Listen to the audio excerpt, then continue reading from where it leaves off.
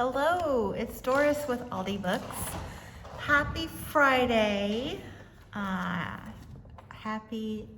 Friday. I haven't had a weekend in 2 weeks. I haven't had much of a break in 2 weeks, and I'm still at work and I've got things to do, but I'm approaching the weekend and I could not be more grateful. Gosh.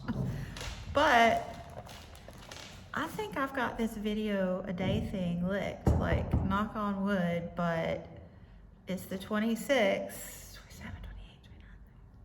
6 more videos and the weekend is mine, so I think I can knock this one out. I have Friday reads today.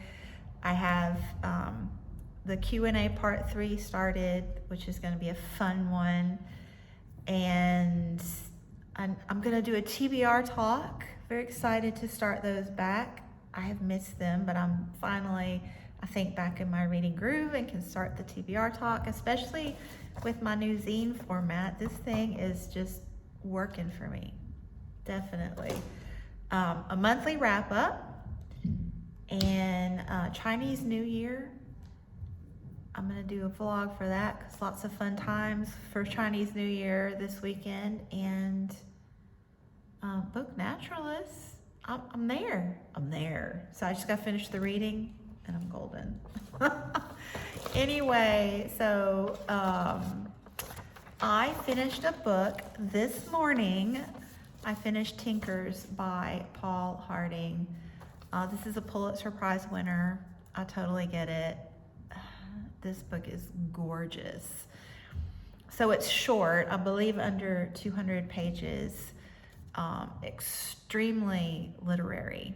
So I mentioned this before, but if you're interested in reading it, I would read the first 2 or 3 pages just to see if the style is for you, because that's what it is. So it's written kind of stream of consciousness, either from the perspective of the characters, which are mostly a father and son. Also, I would say stream of consciousness from the author's head. So it's just, the language is gorgeous. It's not really much of a plot or character development. It's just the language is beautiful and interesting. It's very engrossing for me. So it's kind of these 2 men. They are a father and son, but it's mostly about their own internal mental monologues. One is mostly told from the present, at the time it was written, of a man who is in his last few days of life. You know, he's on hospice care and his family is all around, and and just his stream of consciousness is his reflecting back on his life, but just not really reflecting. These memories keep coming because he's, you know, in his final hours. And then the other one from the perspective of his father, who was a traveling salesman back like right before automobiles became prevalent, so still in the mule and cart backwoods countryside. So you get, you know, a lot of different historical lifestyles in, you know, early 19th century, and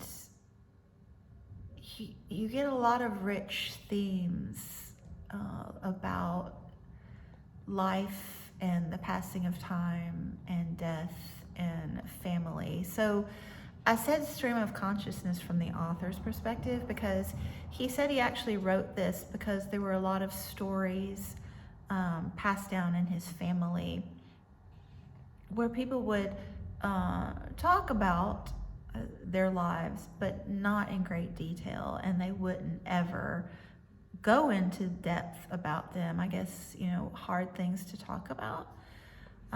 So like the modern perspective, you know, he's on hospice care, but he's dealt with cancer and high blood pressure and diabetes and things. And, you know, his father dealt with epilepsy. So you get, you know, his reaction to it, and his wife and children. But just, yeah. And, you know, the father was like, they called him, they're both tinkers in the idea of tinkering around with things.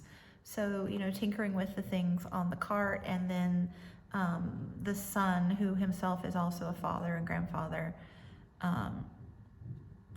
learned to do clocks. He repaired clocks and made a lot of money doing it, antique clocks, you know, of all varieties. But so, you know, that ties in really well with the passing of time, obviously. Yeah, it's definitely not for everyone book, but if you like the sort of thing, it really is beautiful, really beautiful. 5-star for me, totally. So I will quit gushing about that. So I have finished 6 books this month, yay. And just a quick update, I am under the 100-page mark in Fanny Herself. I'm reading this with Joe Smith. I would say I have like 95 pages left in that one, so hopefully we'll finish this weekend.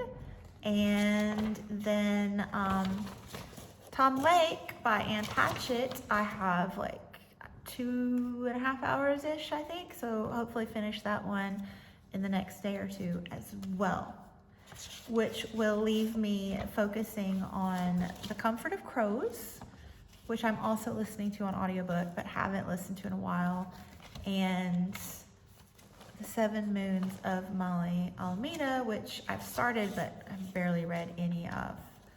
So I definitely will finish the book naturalist pick, The Comfort of Crows by Margaret Rinkle, and hopefully Molly Almeida. So stay tuned to see how I do. I'm hoping to finish strong with 10 books for the first month of 2024. I would like to set that precedent for my reading year, 10 solid reads, but we'll see. I'm cool if I just get the 9, but you know, I like a challenge. So anyway, thanks so much for watching, especially all of you that have been sticking with me whole month, and I'll be back soon because it's not over.